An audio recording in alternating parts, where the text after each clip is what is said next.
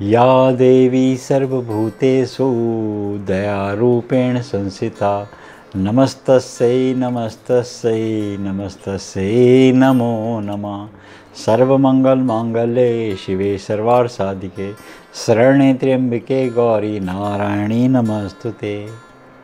नवदुर्गाओं में महागौरी माँ का 8वां स्वरूप, कुंद का पुष्प, नारियल, शंख माँ की तुलना की गई है। बड़ा सुंदर स्वरूप है माँ का, बैल पर सवार।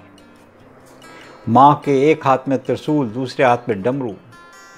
माँ का अभय मुद्रा वर मुद्रा, यानी कि अब चंद्रमौली आशुतोष भगवान शिव को पा लिया। कठोर तप किया था, कठोर तप करने से शरीर काला पड़ गया था, क्योंकि तप की अवस्था में सुध बुध नहीं रही माँ को, और अपने शरीर को तपस्या में झोंक दिया, जिसके कारण काला पड़ गया, सूख गया। बहुत दिनों तक तपस्या करती रही। जब इनकी कठोर तपस्या से नारद जी ने बाबा को बताया कि अम्बा की कठोर तपस्या देखी नहीं जाती, तो बाबा ने प्रसन्न होकर अपने कमंडल से गंगा जल की जो बूंदें छिड़की, तो वो जो शरीर जल गया था, वो शरीर काला पड़ गया था, वो एक गौर वर्ण की कन्या के समान हो गया। 8 वर्ष की कन्या के समान कोमल शरीर। देवी भागवत में लिखा है, इनके गौरी के रूप में, महागौरी के रूप में ये रूप इनका प्रसिद्ध हुआ, और नवदुर्गाओं में इसको 8वां स्वरूप माना जाता है। आज का दिन ये अमोघ फलदायिनी हैं। ये सभी प्रकार के दुखों से, सभी प्रकार की सिद्धियां आपको प्राप्त करा देती हैं।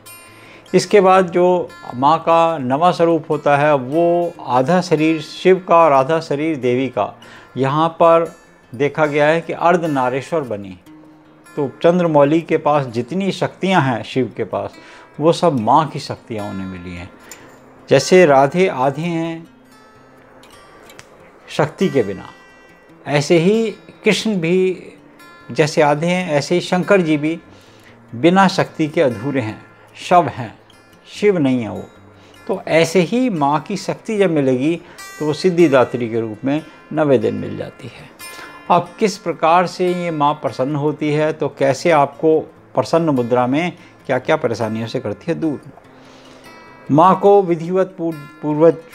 विधिपूर्वक अगर आप पूजन करते हैं, उपवास करते हैं, अष्टमी करते हैं, तो किस प्रकार से कन्या पूजन किया जाए, ये विधि हम आपको बताते हैं। सबसे पहले ये भी समझ लेते हैं, संतान परेशानी दूर करती है ये माता। गुलाबी रंग इन्हें बहुत प्रिय है। नारियल, हलवा, पूड़ी ये इनको भोग दिया जाए, ये माँ को अत्यंत प्रिय है।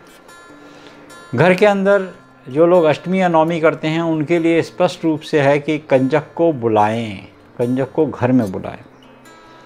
महामाई को बुलाने के लिए आपने 9 कन्या और 1 लांगुर बुलाना है, और लांगुर को भी आपने किस अवस्था में बिठाना है, ये भी हम आपको बताए थे। उत्तर और पूर्व का कोना इसके लिए उपयुक्त माना गया है। पूर्व की दिशा में आप 5 देवियां बिठा दें, और 4 उत्तर की दिशा में, साथ में 1 लांगुर बिठाएं। अब विधि पूर्वक उनके गंगा जल हो तो पात्र लेके आ जाएं एक पात्र में, और एक गरबी में गंगा जल ले आएँ। उनके चरणों को धोएं, पहले चरण उनके पखारें। लिखा है देवी भागवत में, श्रद्धापूर्वक उन 9 देवियों को 9 का स्वरूप समझें। उसके बाद उनके पैरों को साफ करें, ये सोचकर कि ये महामाई हमारे घर में आई हैं। उसके बाद उनके तिलक, अक्षत, मौली, और मौली बांधने की भी प्रक्रिया है। विवाह से पूर्व सनातन धर्म में सीधे हाथ पर मौली बांधने की प्रक्रिया कही गई है। कदापि आप उल्टे हाथ में ना बांधें। विवाह उपरांत इस प्रक्रिया को अपनाया जाता है। अब जो आपके घर में भोग है, हलवे का, पूड़ी का, चने का, या आप पात्र लेके आए हैं, कोई पात्र सहित देना चाहते हैं, या आप कुछ माता के श्रृंगार का सामान, पोशाक लाए हैं, वो विधि पूर्वक दीजिए, पंक्तिवर दीजिए। और कन्याओं को कहिएगा भोग लगाएं, भोग, कुछ ना कुछ भोग आपके घर का अवश्य लगाएं।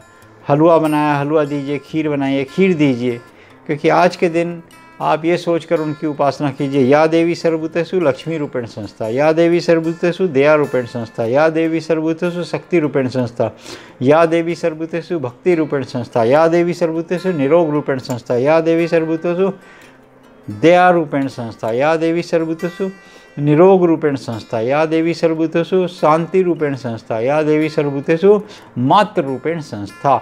9 कन्याओं से 9 रूप से उनसे आप नमस्तस्यै नमस्तस्यै नमो नमः उनको आप नमन करें, साक्षात दंडवत करें।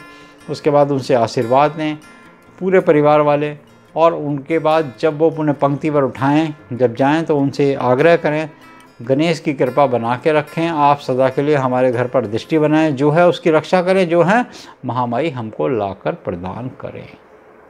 इस प्रकार से कन्या पूजन का विधान कहा गया है। जब कन्या पूजन कर लेते हैं तो उसके बाद वहाँ झाड़ू नहीं लगाते, शाम तक कुछ भी उठाते नहीं हैं, क्योंकि वो दिन महामाई का कहलाता है, चाहे वो अष्टमी करें चाहे वो आप नवमी करें। तो ये था 9 देवियों का वर्णन, जो संक्षिप्त में हमने आपको बताने का प्रयास किया। ये वीडियो कैसे लगे आपको, इसको सब्सक्राइब अवश्य कीजिए, लाइक और शेयर भी कीजिए। जय माता की।